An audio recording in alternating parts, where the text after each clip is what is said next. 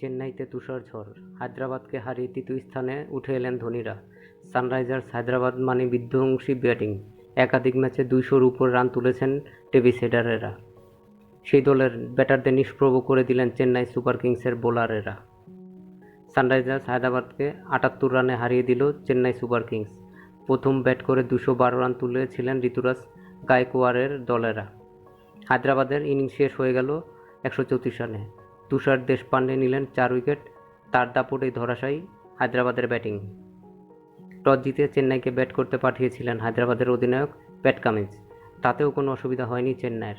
ঘরের মাঠে 212 রান তুলল ঋতুরাজ গায়কোয়াড়ের দল। রবিবার চেন্নাইয়ের হয়ে ওপেন করতে নেমেছিলেন অজিঙ্ক রাহানে এবং ঋতুরাজ গায়কোয়াড়, কিন্তু 12 বলে মাত্র 9 রান করে আউট হয়ে যান রাহানে। সেখানে থেকে দলের ইনিংস করতে শুরু করেন ঋতুরাজ এবং ড্যারিল মিচেল। তারা 107 রানের জুটি করেন।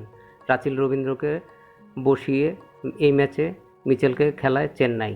তিনি 32 বলে 52 রান করেন। কিউ ক্রিকেটারের বিশ্বকাপে ভালো খেলেছিলেন, এবার আইপিএলেও নিজের ফর্ম দেখাচ্ছেন। ঋতুরাজ ধারাবাহিকভাবে ভালো রান করেছেন। সামনেই টি-20 বিশ্বকাপ, সেই দলে জায়গাও করে নিতে পারেন তিনি। ইতিমধ্যে 9 ম্যাচে 447 রান করে ফেলেছেন ঋতুরাজ। ভারতীয় দলের ওপেনার হিসেবে নিজের জায়গা পাকা করার লড়াইয়ে থাকবেন চেন্নাইয়ের অধিনায়ক। কিন্তু রবিবার মাত্র 2 রানের জন্য 100 রান করতে পারলেন না তিনি।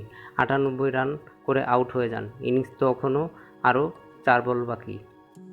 213 রানের লক্ষ্য মাথায় নিয়ে ব্যাট করতে নেমে ভেঙে পড়ে হায়দ্রাবাদের ব্যাটিং। তুষার শুরুতেই আউট করে ট্রেভিস হেডকে। পরের বলে তুলে নেন অনমলপ্রীত সিংয়ের উইকেট।